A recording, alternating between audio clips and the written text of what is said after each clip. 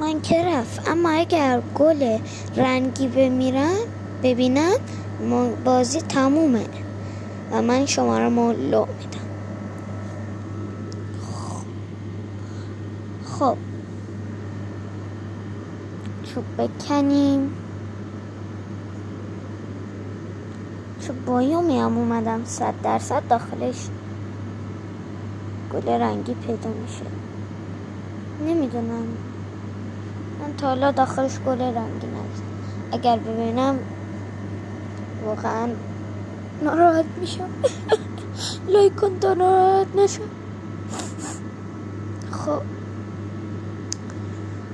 یه دونه چوب درست میکنیم، کاری که همه انجام میدن و بعدش میریم برای استند. هدفمون هم یه دایمنده، قول اون یوتیوبره بربری، دایمند خوشمزه است. خب میکنیم که رفته این تیبلو.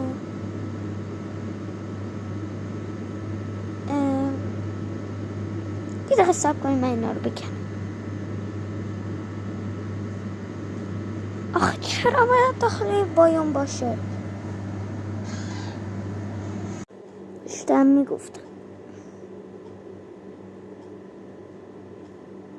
یادم رفت چی گفتم. خب باید شمارمون لو بدم. وای نه، من که شمارمون لو دادم تو لایک کن.